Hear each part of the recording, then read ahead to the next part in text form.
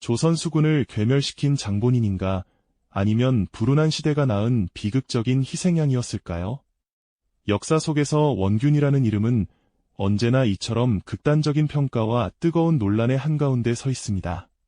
어떤 이들은 그를 무능하고 탐욕스러운, 심지어 동료 장수를 모함한 간신으로 기억하는 반면, 또 다른 이들은 그가 감당하기 힘든 시대의 무게를 짊어진 채 고뇌했던, 어쩌면 불운했던 한 장수의 모습이었다고 주장하기도 하죠. 과연 우리는 원균을 어떤 인물로 바라봐야 할까요? 단순히 선과 악이라는 이분법적인 잣대로는 결코 온전히 이해할 수 없는 그의 복잡한 삶을 들여다봐야 합니다. 임진왜란이라는 거대한 경랑 속에서 그가 내렸던 수많은 선택들을 따라가다 보면 한 인물을 둘러싼 역사적 평가가 얼마나 난해하고 인간적인 고뇌가 깊었는지를 우리는 깨닫게 될 겁니다. 오늘 우리는 그 질문의 실마리를 찾아 떠나는 여정을 시작하려고 합니다. 원균, 그의 이름은 흔히 임진왜란의 비극적인 종말과 함께 우리에게 다가오지만 사실 그의 삶은 그보다 훨씬 이전부터 시작되었습니다. 그는 1540년 지금의 경기도 평택에서 대대로 무신을 배출한 명문가에서 태어났다고 전해지죠. 어릴 적부터 남다른 기상과 용맹함을 지녔던 그는 일찍이 무인의 길을 걷게 됩니다. 젊은 시절부터 그는 뛰어난 담력과 무예 실력으로 주목받았으며 변방을 지키는 무관으로서 여러 차례 공을 세워 자신의 존재감을 드러냈습니다. 특히 북방 국경지대에서 여진족을 토벌하는 데 큰 활약을 펼치며 그의 이름은 점차 조정에도 알려지기 시작했죠. 당시 조선은 겉으로는 평화로운 듯 보였지만 북쪽에서는 여진족의 준동이 끊이지 않았고 남쪽 바다 건너에서는 외의 침략 야욕이 마치 거대한 파도처럼 서서히 고개를 들고 있던 그야말로 위태로운 시기였습니다. 원균은 이러한 시대의 거친 흐름 속에서 자신의 능력을 갈고 닦으며 굳건하게 성장해 나갔습니다. 그의 관직은 시간이 지남에 따라 점차 높아져 마침내 경상우수사라는 조선 수군의 핵심 요직에 오르게 됩니다. 바로 이때 그의 삶에 결정적인 영향을 미칠 한 인물이 운명처럼 등장하게 되죠. 다름 아닌 전라좌수사로 부임하게 된 이순신 장군입니다. 각기 다른 지역의 수군을 이끄는 최고 지휘관으로서 경상우수사 원균과 전라좌수사 이순신은 필연적으로 마주할 수밖에 없었습니다. 기록들을 살펴보면 원균은 다소 저돌적이고 과감한 성격의 소유자였던 반면 이순신은 철저히 계산하고 신중한 전략가로 알려져 있습니다. 이처럼 상반된 기질과 지휘 방식을 가졌던 두 사람은 처음부터 묘한 긴장감 속에 놓여 있었습니다. 서로를 탐색하듯 바라보던 그들의 시선 속에서 다가올 거대한 전란의 먹구름이 서서히 드리워지고 있었던 것은 아닐까요? 아직은 고요했던 조선의 바닷가, 하지만 그 평화로움 속에는 언제 터질지 모르는 폭풍 전야의 긴장감이 감돌고 있었음을 우리는 기억해야 합니다. 원균이 걸어온 무인의 길은 결코 순탄하지 않았습니다.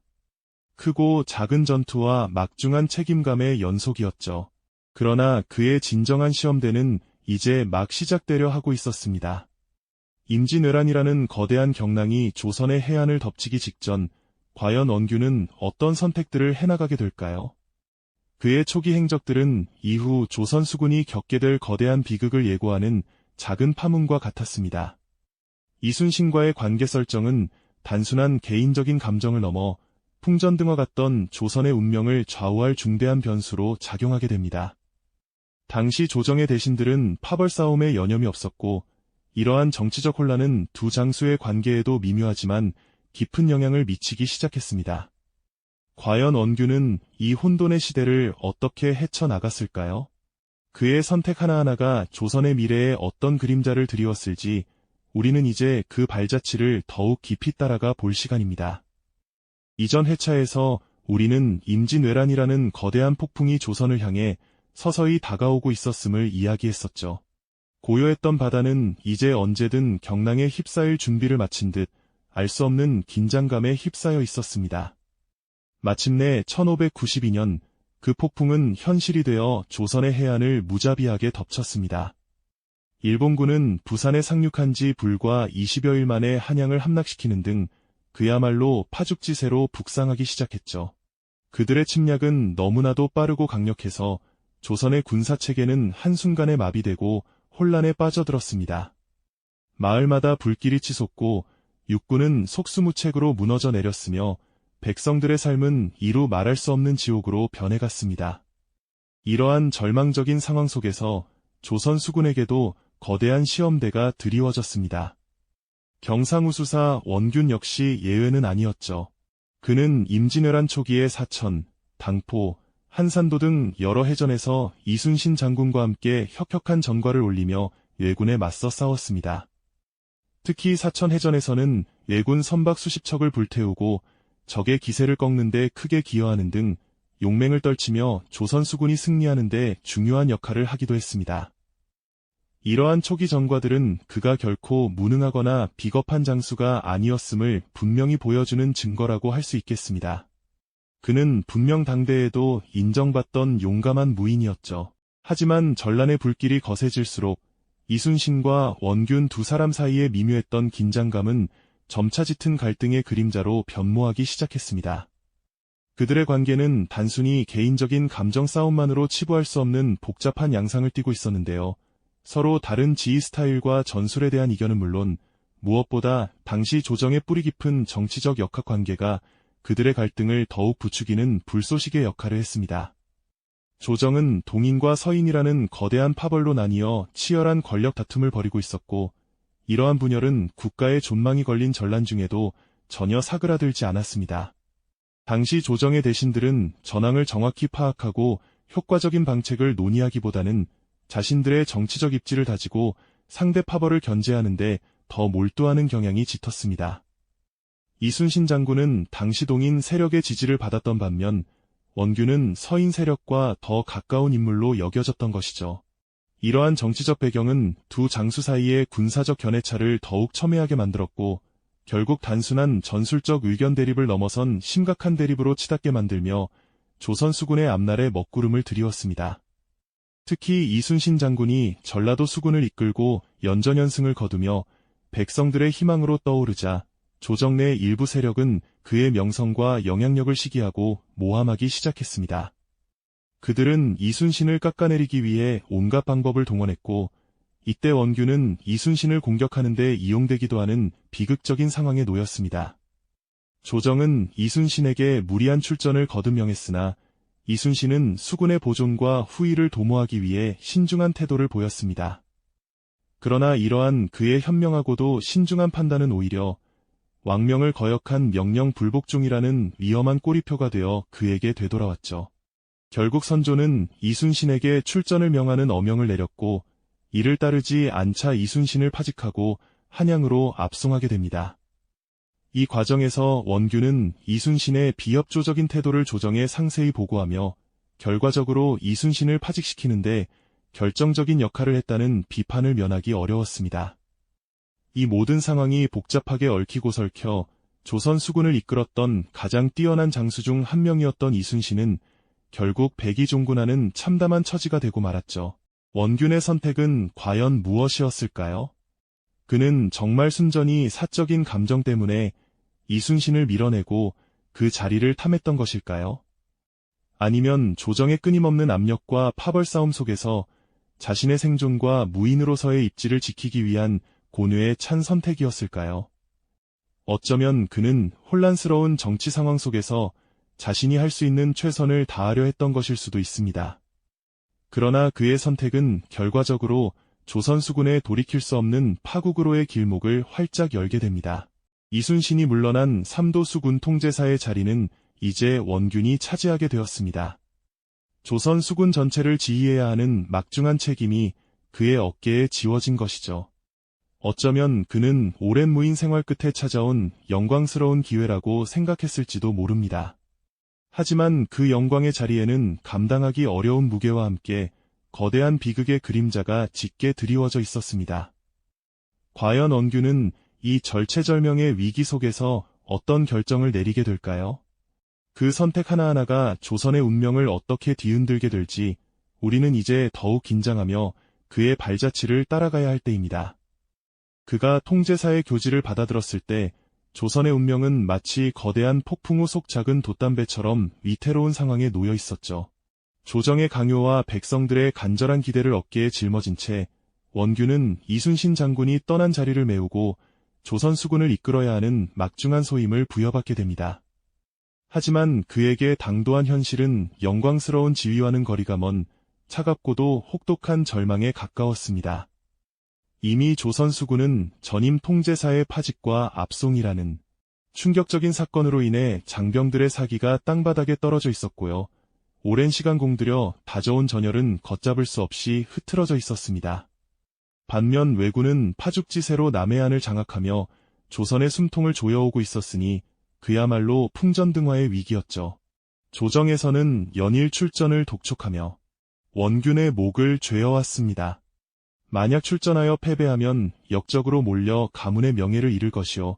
그렇다고 싸우지 않으면 왕명을 거역한 죄로 처벌받을 것이 분명했으니 그야말로 한 치 앞도 내다볼 수 없는 진퇴양난에 빠져 있었던 셈입니다. 그는 어쩌면 자신의 무인으로서의 마지막 명예를 걸고 이 절체절명의 난국을 정면으로 돌파하려 했을지도 모릅니다. 그리고 마침내 1597년 여름의 뜨거운 태양 아래 조선 수군의 모든 운명을 건 최후의 결전이 펼쳐지게 됩니다. 바로 칠천량 해전이었죠. 원균은 끊임없이 밀려드는 왕의 강경한 출전 명령을 거부할 수 없어 결국 함대를 이끌고 바다로 나섰지만 이미 병사들의 피로도는 극에 달해 있었고 이순신 장군이 심혈을 기울여 다져놓았던 엄격한 훈련체계는 그의 부재와 함께 무너진 지 오래였습니다. 게다가 왜군은 이미 조선 수군의 전술적 약점은 물론 지형적 특성까지 꿰뚫고 있었으니 그야말로 시작부터 기울어진 운동장에서 싸우는 것과 다름없는 불리한 싸움이 아닐 수 없었습니다. 칠천량 앞바다는 순식간에 아비규환의 지옥 같은 전장으로 변하고 말았습니다. 깊은 밤, 어둠을 틈타 기습적으로 밀려들어온 왜군의 함대에 조선 수군은 제대로 된 방어 태세조차 갖추지 못하고 속수무책으로 당했죠. 사방에서 터져나오는 포성과 함께 불길에 휩싸인 함선들이 밤하늘을 붉고 검게 물들였고 필사적으로 맞서 싸우던 병사들은 압도적인 수적 우위를 가진 왜군의 함대에 포위되어 하나둘 쓰러져 갔습니다. 마치 거대한 해일에 휩쓸린 갈대밭처럼 조선 수군은 거센 물결에 휩쓸려 허망하게 무너져 내렸습니다. 그 처참한 광경은 그야말로 한 국가의 희망이 산산조각 나는 순간이었을 겁니다. 이 혼돈 속에서 원균은 남은 병사들을 독려하며 끝까지 저항했다고 전해지지만 이미 전세는 돌이킬 수 없는 파국의 지경에 이르렀습니다. 그는 필사적으로 육지로 퇴각하려 애썼으나 결국 외병의 칼날에 쓰러지며 비극적인 최후를 맞이하고 말았죠. 조선 수군이 자랑하던 150여 척의 전함은 대부분 불에 타거나 침몰하여 바닷속으로 사라졌고 수많은 병사들이 차가운 바닷물 속에서 목숨을 잃었습니다. 이 칠천량 해전은 조선 역사상 유례를 찾아볼 수 없는 가장 참혹한 해전 패배로 기록되며 사실상 조선 수군을 괴멸시키는 참담한 결과를 낳았습니다. 나라의 운명이 바람 앞에 등불처럼 위태로웠던 그 순간 전쟁의 참화를 겪던 백성들은 깊은 절망감에 휩싸였습니다. 바다를 지키던 최후의 보루마저 무너졌으니 이제 왜군이 육지로 상륙하는 것을 막을 방도가 요원해 보였죠. 선조와 조정 대신들은 이 충격적이고 비극적인 패전 소식에 망연자실했으며 원균에 대한 평가는 이때부터 극과 극을 오가며 엇갈리기 시작했습니다. 당대에는 왕명을 거역하지 못하고 비운의 희생양이 된 장수라는 동정적인 시각도 있었지만 후대에는 조선 수군을 한순간에 말아먹은 무능하고 탐욕스러운 장수라는 가혹한 비난이 쏟아져 나왔습니다. 과연 원균은 단순히 무능하고 탐욕스러운 악당으로만 치부할 수 있는 인물이었을까요? 아니면 감당하기 어려운 시대의 무게와 인간적인 한계 속에서 어쩔 수 없는 선택을 강요당한 비극적인 인물이었을까요? 역사는 종종 한 인물을 단순한 선악 구도로만 재단하기 어려운 복잡한 실타래와 수많은 질문들을 품고 있습니다. 칠천량 해전 이후 조선은 다시 한번 절체절명의 위기에 놓였지만 이 암흑 같은 비극 속에서도 희망의 불씨는 완전히 꺼지지 않았습니다. 과연 어떤 인물이 다시금 조선을 구원하는 영웅으로 호련히 떠오르게 될까요? 원균의 비극적인 최후는 역사의 또 다른 거대한 전환점을 강렬하게 예고하고 있었던 것이죠.